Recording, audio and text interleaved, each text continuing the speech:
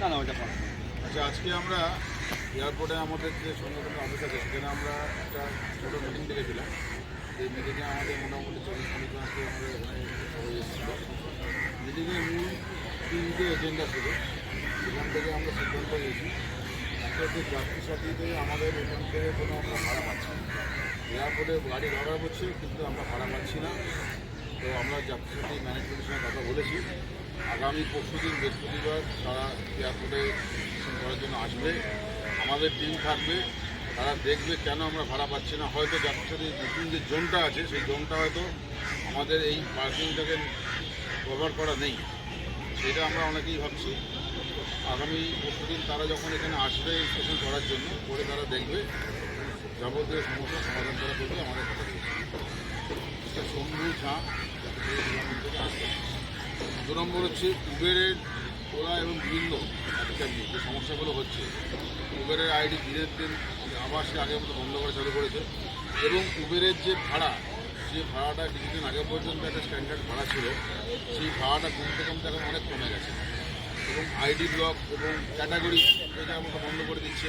বিভিন্ন 3-4টে বিষয় আছে উবেরের।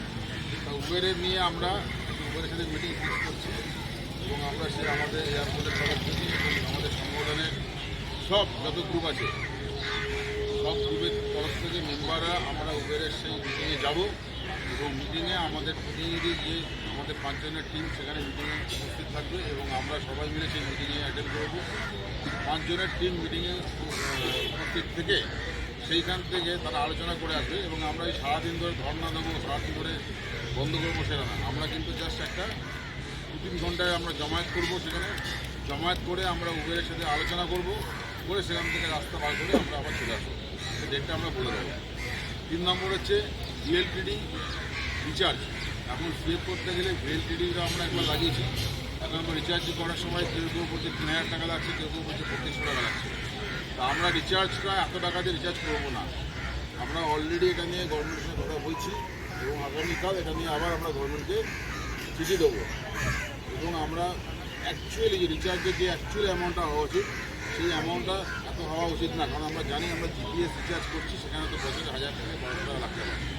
এত টাকা রিচার্জ করা সম্ভব নয় আমাদের পক্ষে। সেই নিয়ে কথা বলে আমরা গভর্নমেন্টকে বলবো যে সিদ্ধান্ত নিই, একটা মিনিমাম যে চার্জ হয় সেই চার্জের মধ্যে রিচার্জটা করা যায়, সেটা ব্যবস্থা করা যায়। আপাতত 3টে পয়েন্ট সবাইছি মিটিং থেকে রেজলিউশন হয়েছে, এবং আমরা আগামী দিনে এই 3টে পয়েন্ট নিয়ে আমরা এগোচ্ছি। ধন্যবাদ।